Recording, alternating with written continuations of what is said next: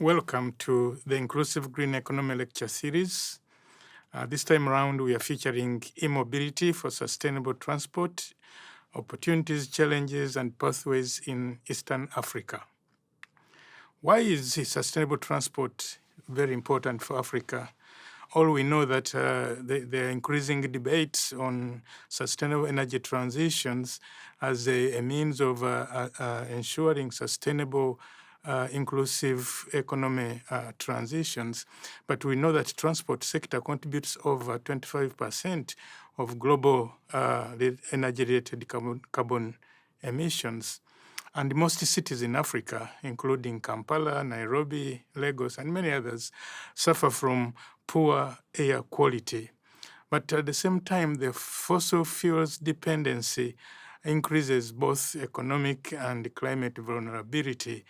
Many African countries depend a lot on the importation of oil, and this one, challenges the economy in many respects.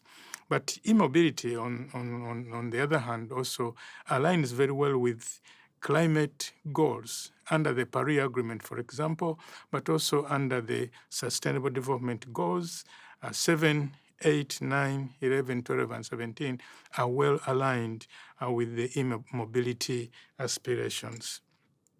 But now the question is, what is e-mobility? This is the use of electric-powered vehicles, including e-bikes, e-motorcycles, e-cars, e-buses, e-trucks, but these are powered by rechargeable batteries, ideally from renewable sources. But in terms of the e-mobility ecosystem, then we have the vehicles themselves, the infrastructure, and this one refers to the charging infrastructure and others. And then we have the batteries, and then the digital system for maybe the fleet management, for payments, and all that. But why should Africa care a lot about e-mobility as a solution to the reduction in carbon that is emanating from the transport sector? When you, for example, use less fossil fuels, then you reduce on the air pollution. But at the same time, this has health benefits like improving public health.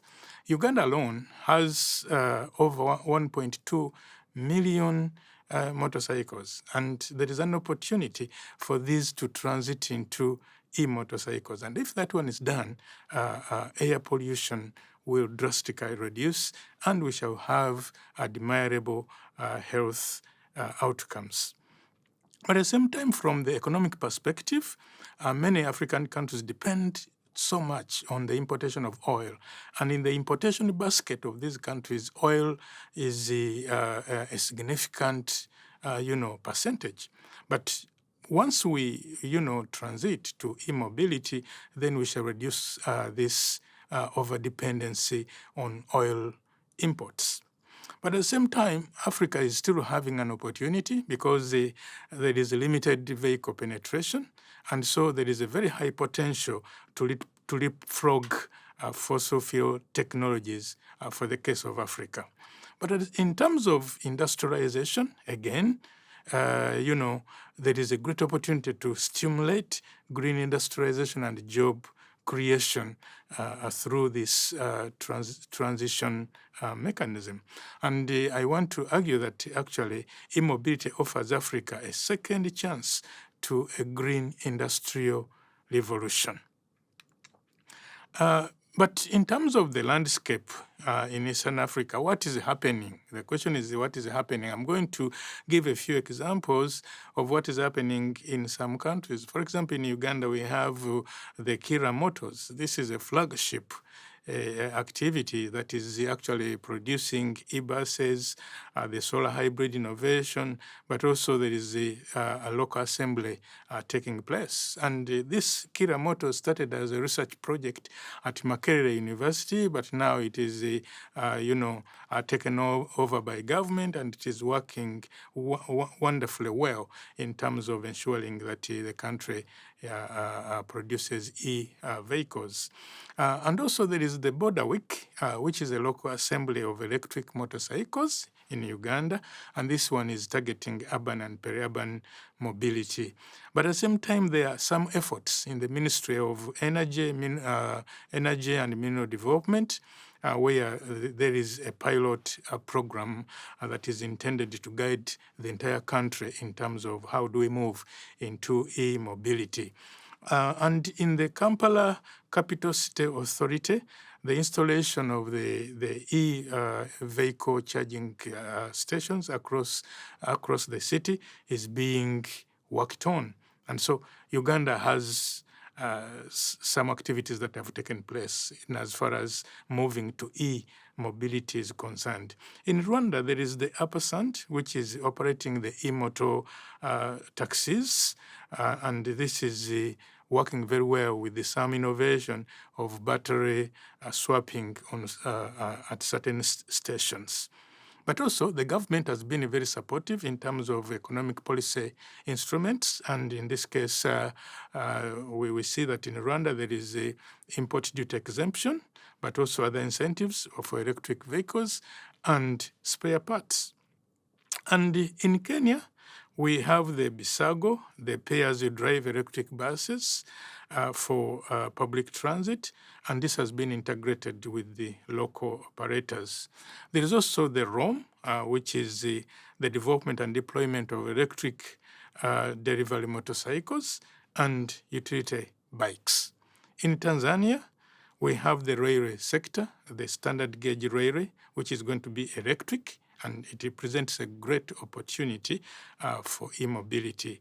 And in terms of the urban transport, once again in Tanzania, we have the bus rapid transit system in Dar es Salaam, which represents a strong potential for electrification. And so in East Africa, some efforts are going on in Kenya, Uganda, Rwanda, Tanzania, but also other countries that I've not mentioned. In terms of opportunities, I've already mentioned this, that e-mobility will unlock green jobs, and many youth in Africa are without jobs, but through the transition to inclusive green economy, we see green jobs coming up in terms of vehicle assembly, in terms of battery repair, in terms of the charging services, but also through the digital innovation, the fleet management, the payment system, and also the tracking opportunities that can generate jobs for the youth, but also for other people. But at the same time, a great opportunity comes in cleaner cities, lower air pollution, lower noise pollution, and this will ultimately improve the public health, and many health outcomes will improve because our cities are cleaner.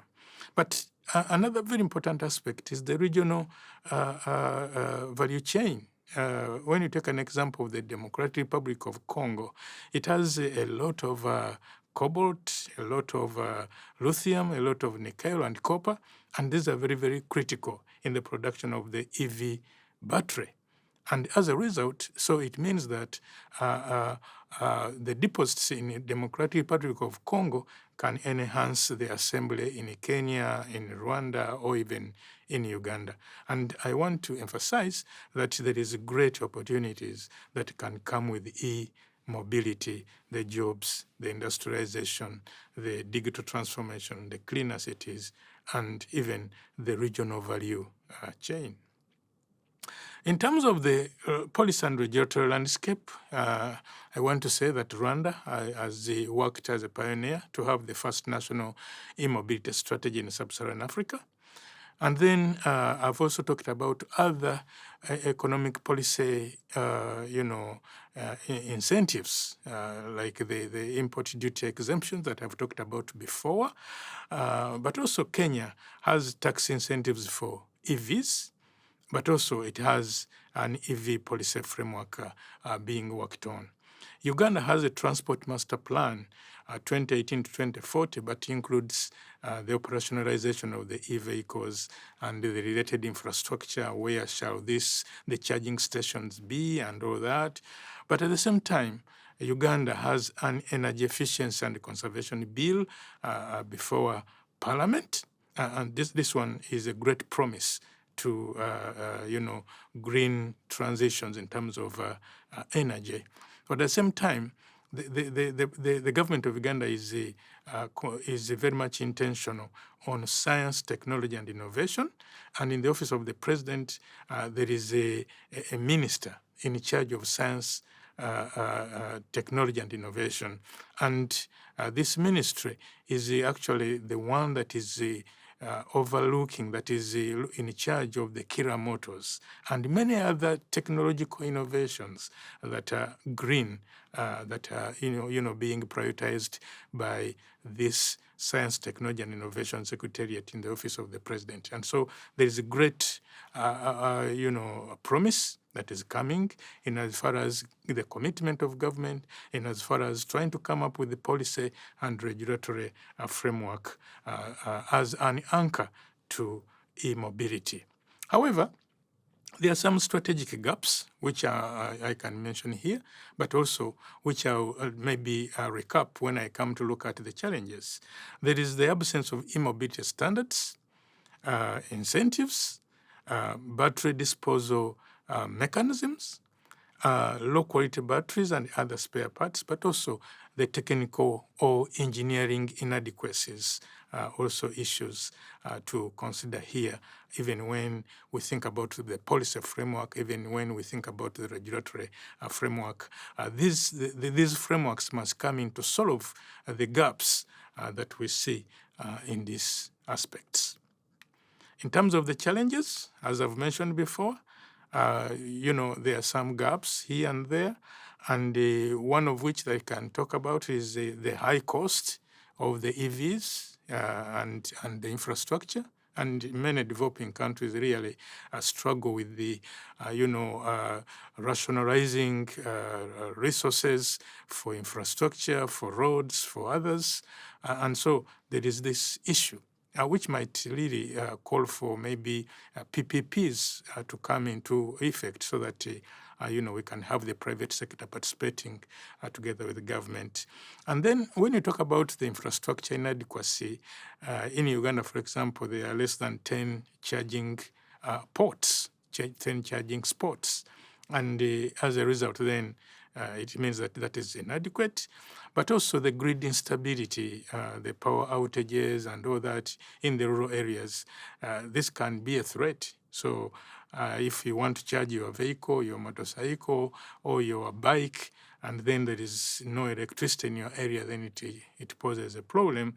And then I talked about expertise before. So this means that the engineering, the technical aspects, so the cars that we have known to be conventional, the engineers are there. But now the new set of cars that will come in place because of the e-mobility expertise is still lacking. And so universities and other training institutions must come in to fill the gap that is associated with this. In terms of the regulation and maybe policy, we talked about standards already. We talked about weak incentives. So in terms of economic policy instruments and incentives, then governments must be very clear on trying to put these in place to influence the establishment of many businesses related to e-mobility, but also the unclear EV import rules. But in terms of the market dynamics, we see that there are still high costs related to these issues, especially that now the other conventional diesel, petrol engines, engine vehicles are still dominating. And so when you compare the transition, the costs involved, this poses a big challenge. And then the battery waste management and recycling concerns. So the question is, when we accumulate very many batteries, after their use period, then how are we going to dispose them off? What are the health challenges related to their disposal and all these other issues? So government must come up clearly through the Ministry of Water and Environment, for example, in Uganda, but also through the National Environment Management Authority and other government bodies, in addition to research from universities to come up with the real solutions on how to do this waste management. Otherwise, might pose a more serious problem than what we are trying to solve. In terms of pathways, addressing this on 3 levels. So the question is what can be done in the short term? And I say that we prioritize the 2 and 3 wheelers to start small but be very consistent so that we can also subsidize the local assembly. Then in the medium term, let us, having built the charging corridors, and this one we aim at rectifying the public transportation system in the medium term. In the long term, we want to be able to produce some of these things. Developing the battery value chains and integrate regional EV markets. But in addition to that, there are others that we can really focus on, like adopt regional standards via the East African Community or the African Continental Free Trade Area. Also, fostering innovation hubs and technical training institutions. We have talked about technical inadequacies, but now here we need to innovate, but also have the population trained on how to focus on the engineering aspects of the vehicles. And then also, we want to develop the EV-focused curricula. Again, in universities, in technical training institutions, so that, engineers that, are amenable to EV can come out and be able to give support to the entire system. But also, we needed to do a lot of R&D, in research and development in terms of battery testing, driving range, and all that. So there is need to come up with the clear resources from government, but also from the private sector to undertake research and development activities in the e-mobility sector. But again, very importantly, the policy support. Without policy, then it becomes very difficult that this intervention can succeed. We have talked about the economic policy incentives, economic policy instruments that are very, very instrumental in dealing with these aspects. And so it is important that we come up with an appropriate policy that is targeted to really driving the agenda of energy transitions in the private sector, in the transport sector faster.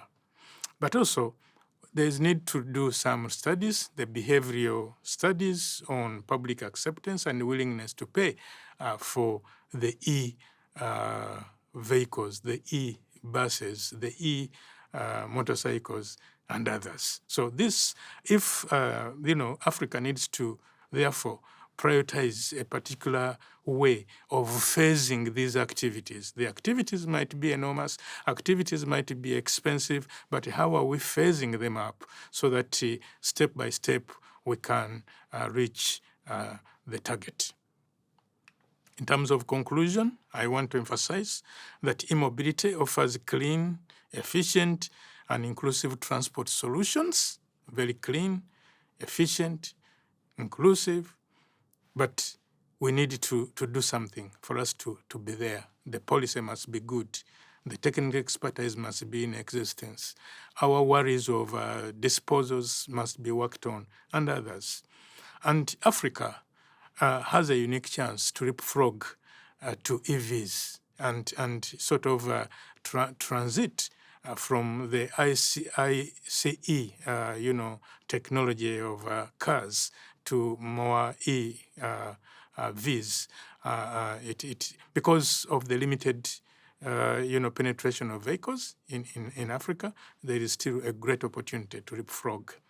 And in Uganda, if I can give an example, can lead through local innovation. I've talked about the Kira Motors, which is already doing it for the e-buses, and Uganda has actually produced e-buses. At the same time, renewable energy. Uganda is very rich in renewable energy. We have the Owen Forest Dam, but also many other dams, Isimba and others, have been constructed. And so in the provision of renewable energy, then we can do it. We have a great potential. We are rich in renewable energy. We are rich in the sunshine, and therefore the solar energy is with us, and so we can do great. But at the same time, also through the public-private partnerships, we cannot do it alone. Government cannot do it alone. Government needs to bring on board the private sector. And so I recommend that there is need to list the Kira Motors, which is one of the, successful intervention in the e-mobility. List it on the stock exchange to attract funding, but at the same time also attract technical expertise. I want also to emphasize, as I conclude, the stronger policy, investment, and academic support are very, very critical for achieving sustainable e-mobility in Africa. I want to thank you very much for listening to me, and please remain tuned for the next lecture series. Thank you very much.